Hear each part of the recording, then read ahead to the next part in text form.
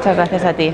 Quería preguntarte cuáles son los objetivos de la identidad de la Comunitat Palestina de Cataluña.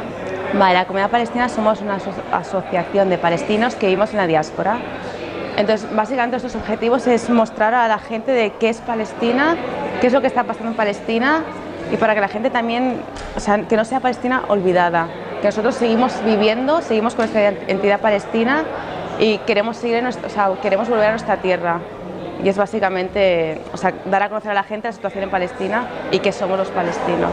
¿Qué esperas de la ciudadanía de Barcelona, de Cataluña, de cara a ver, nosotros damos nuestra voz para que nos den soporte. Obviamente vemos que hay de todo, que hay un gran apoyo al Estado de Israel por temas económicos, de armas, y es por eso que también apoyamos el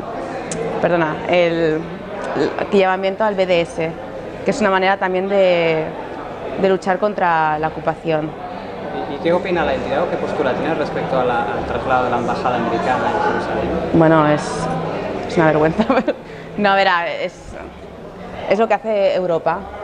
Hacen eso, saben que es una cuestión ilegal, saben que es una cosa que va a traer más problemas, pero para nosotros no cambiará nada. Palestina, o sea, Jerusalén sigue siendo nuestra capital, pueden cambiar la embajada de aquí a allá, pueden ocupar más o menos, pero sabemos que es nuestra tierra, queremos volver a nuestra tierra y Jerusalén es la capital de nuestra tierra.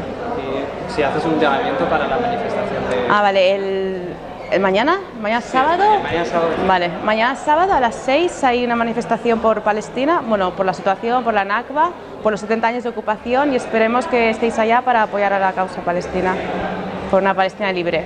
Muchas gracias. Gracias a ti.